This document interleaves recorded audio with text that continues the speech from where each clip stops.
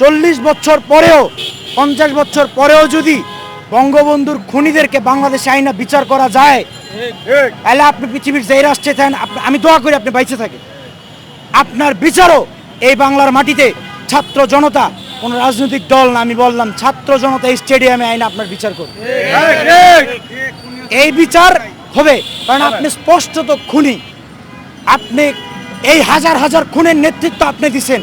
আরেকটা নাম আমার মাথায় মনে আসছে, এই ওবায়দুল কাদের।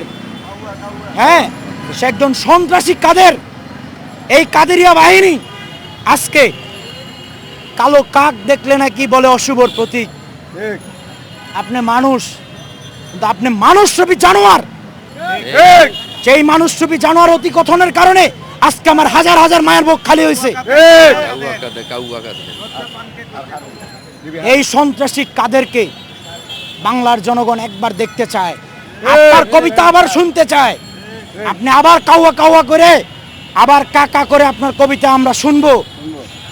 আপনার কবিতা আবার শুনতে চাই। হাসানুল কিনু, এই কাউয়া কাদেরদের দোসর যারা, প্রত্যেকের বিচার এই বাংলার মাটিতে হবে। আমার ছাত্র, আমি একজন সাধারণ ছাত্র। এই যে আমার ID card, Sheikh Borhanuddin post গ্রাজুয়েটের আমি ছাত্র।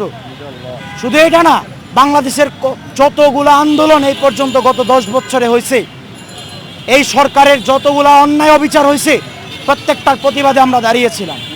আজকে এখনো দাঁড়িয়ে আছি, এই শাহবাগের ময়দানে দাঁড়িয়ে আছি। আল্লাহ যদি বাঁচায়, আমরা যদি মরেও যাই, আমাদের পরে এত এত প্রজন্ম আছে।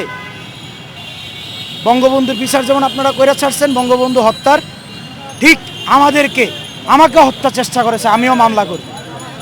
আমাদের হত্যার বিচারটাও কমপ্লিট হবে। ওনার অতি কথন, খুনি হাসিনার অতি কথন, অতি বচন, হ্যাঁ, অতি অভিনয়, আর হচ্ছে অতি নাটক। অতি অভিনয়, অতি নাটক একই।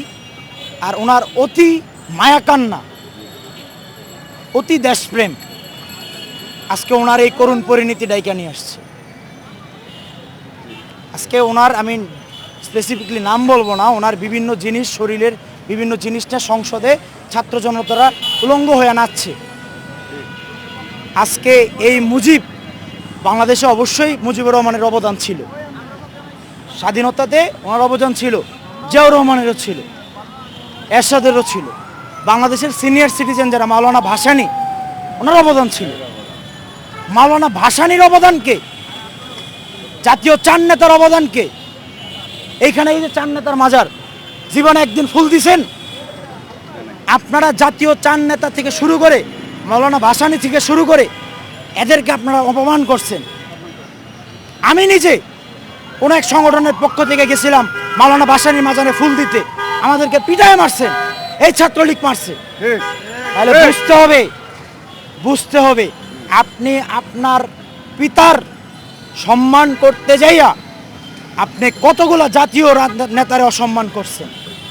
আজকে আপনার পিতারও আপনি অসম্মান করছেন। অতএব আপনারে বলছে চুপ থাকতে ডক্টর ইউনূস স্যার, চুপ না, আপনি যেভাবে থাকেন।